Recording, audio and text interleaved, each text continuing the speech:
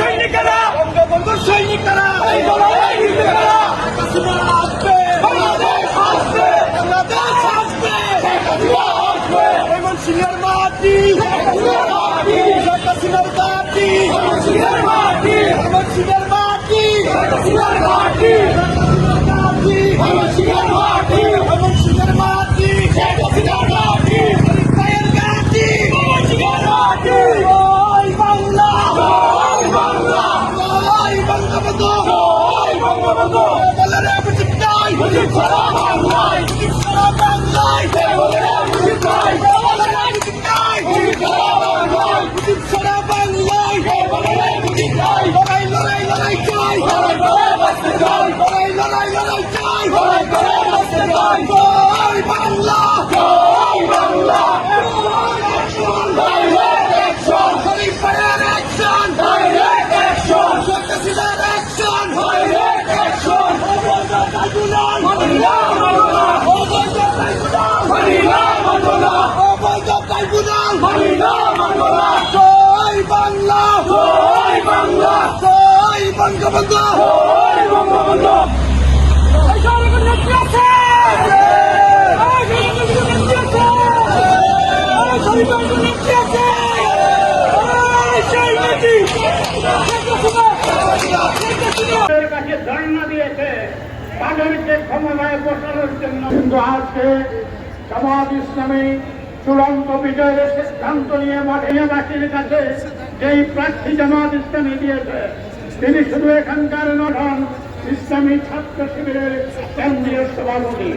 তিনি অনেক সামাজিক দেশের মানুষের কাছে বিগত প্রায় এক যুগ থেকে তার সমাজ সেবামূলক করেছেন। তিনি আমাদের যারা ডাক্তার ফখরুদ্দিন মানে আমরা তাকে জমিনকে ইসলামের দুর্বার ঘাঁটি থেকে পরিচয় দিতে করছি। আমরা সোনাগামী থেকে দাঁড়িয়ে পাল্লাকে পিঠের মাধ্যমে মূল আপনাদের কাছে জামাত ইসলামী নির্বাচিত করে আমাদের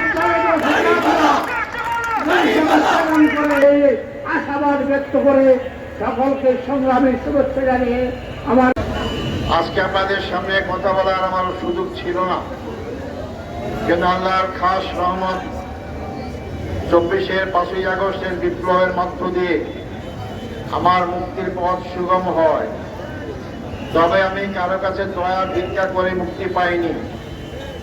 আমি আবার সুপ্রিম কোর্টে রিভিউ করার আবেদন করেছিলাম, তারা রিভিউ মঞ্জুর করেছিল।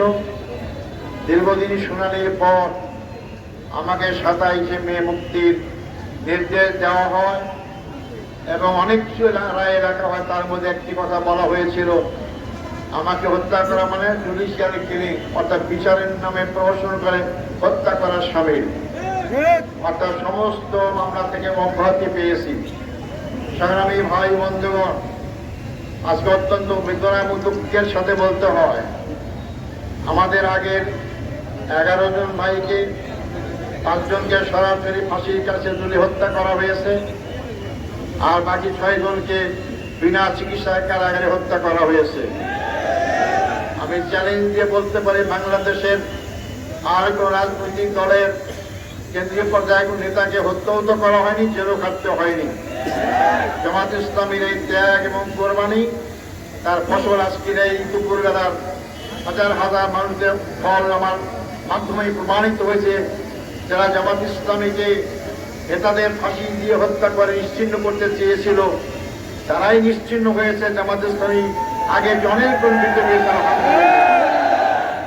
আমাদেরকে বলা হতো আমরা স্বাধীনতা বিরোধী, আমাদেরকে বলা হতো আমরা রাজাকার। যদি আমরা স্বাধীনতার পক্ষে ছিলাম, আমরা ছিলাম ভারত বিরোধী। আমার দেশ ভারত দখল করুক, আমার দেশ ভারত শোষণ করুক, আমার দেশ ভারতের ডিকটেশনে চলুক, এর বিরুদ্ধে জামাত সবসময় সোচ্চার ছিল। এই জন্য তারা জামাতকে বরদাস্ত করতে পারেনি এবং তাই এই জন্য আমাদের 11 জন কেন্দ্রীয় নেতাকে হত্যা করলো।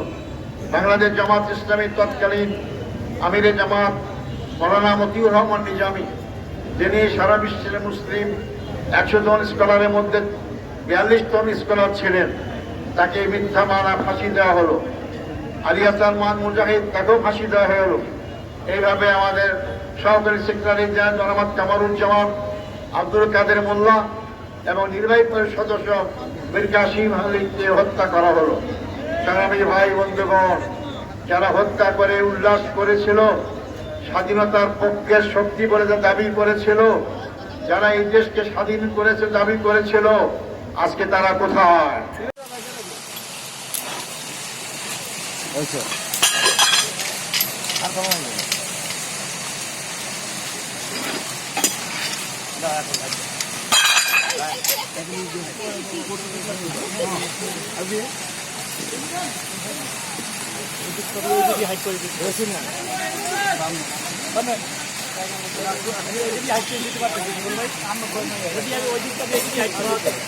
আরো হাইট হবে এই যে